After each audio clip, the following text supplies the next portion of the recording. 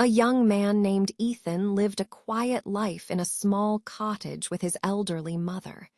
For years, she had been the center of his world, preparing his meals, mending his clothes, and tending to their home with unwavering care.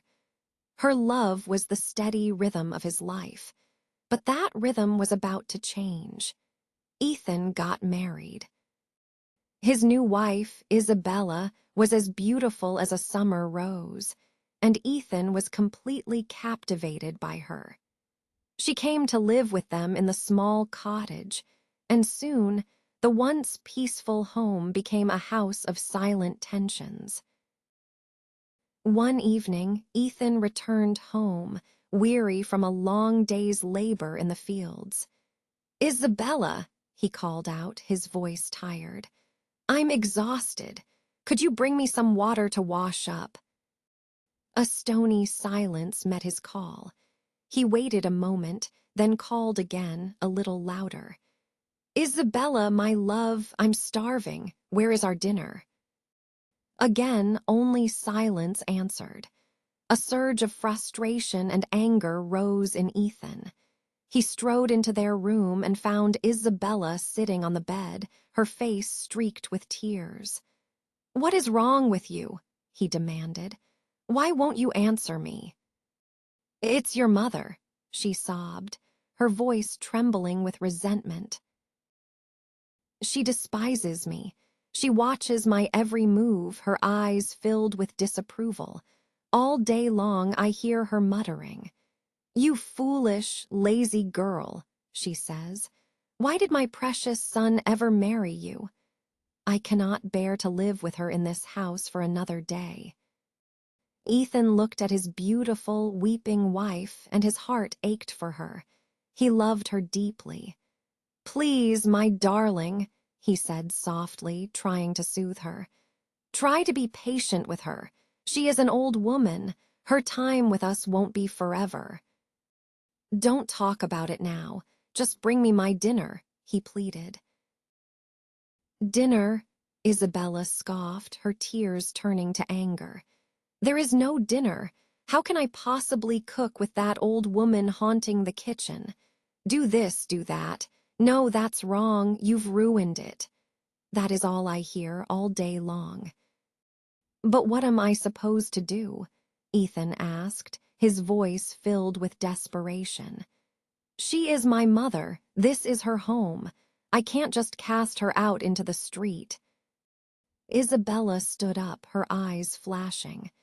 "Then you must choose Ethan," she declared. "You can have a life with me, or you can have a life with her. You cannot have us both." That night, Ethan went to bed with an empty stomach and a heavy heart. He tossed and turned, sleep eluding him as his mind raced. What could he do? His heart was a battlefield, torn between the duty he felt for the woman who gave him life and the passionate love he felt for the woman who shared his life now. My mother raised me. She loved me when I was helpless. But Isabella, she is my future, my love. I cannot imagine a life without her. The next morning, Isabella confronted him, her face cold and determined. "Well, husband, have you made your choice? Is it your mother or is it me?" "I want you both," Ethan whispered, his voice cracking.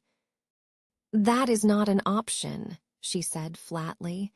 Then her voice dropped to a conspiratorial whisper. "You must get rid of her. She's an old woman, Ethan. Her life is nearly over anyway. But I am young. We are in love. Think of all the happy, peaceful years we could have together, just the two of us." "Get rid of her," Ethan repeated, horrified. "What are you suggesting? That I kill my own mother?" The thought was monstrous, unthinkable.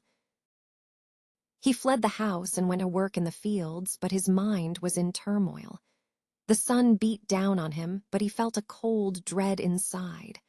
All day, Isabella's words echoed in his mind, twisting and turning. "My wife is right." A dark thought began to take root. "My mother is old. Her life is not as important as our future. I will take her to the top of the mountain and push her from the cliff. Then Isabella and I will finally be alone, and we can be happy." When he returned home that evening, Isabella met him at the door. "Well," she asked. "Yes," Ethan answered, his voice hollow. "I have chosen you.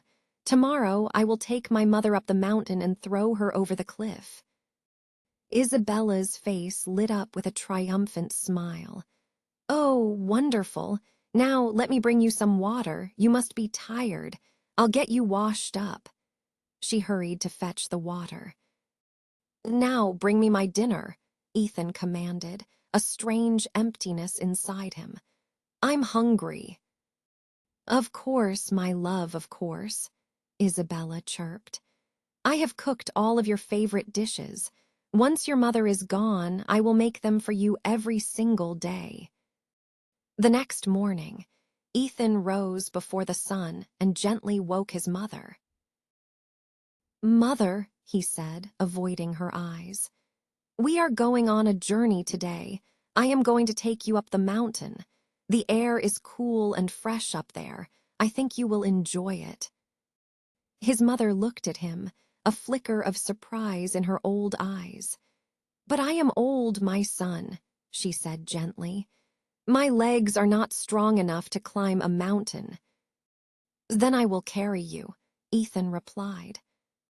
He lifted his frail mother onto his back and began the long, steep ascent up the mountain path.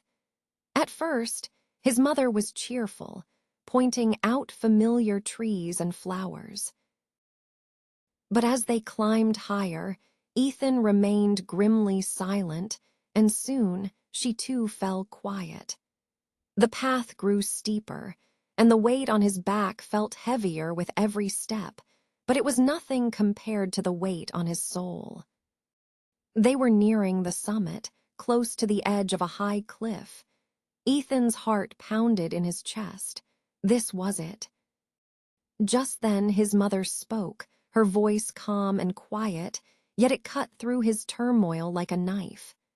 "My son," she said softly, "I know what you are planning to do. I understand." Ethan froze, his blood running cold. "Please, just be careful," she continued, her voice unwavering. "When you push me from the cliff, do not fall over yourself. Look, see that strong tree right there. When you push me, hold onto a branch of that tree tightly. Then you will be safe." Ethan slowly turned his head to look at her. He was utterly stunned. "Mother," he stammered, "you know what I came here to do. You understand my horrible intention. And yet you still love me. You are still worried about my safety." A sad, gentle smile touched her lips. "Oh, my dear boy," she whispered. Only a mother truly understands this kind of love. One day, when you have a child of your own, you will understand too. You will know what it means to love another person more than your own life. Ethan carefully lowered his mother to the ground and sat down beside her on a rock. He buried his face in his hands as a great wave of realization and shame washed over him. Does Isabella love me like this? He thought. No. She demanded I destroy a part of myself for her happiness. My mother is willing to be destroyed for my safety. How good and kind my mother is. I was going to kill her, and her only thought was for me. Then he thought of his wife. She is a wicked woman, he realized with chilling clarity. "Kill your own mother," she had said. "I thought I loved her, but that wasn't love. It was a selfish obsession." He knew now what he had to do. He had made his choice. Ethan gently lifted his mother and carried her back down the mountain, away from the cliff's edge, and took her home.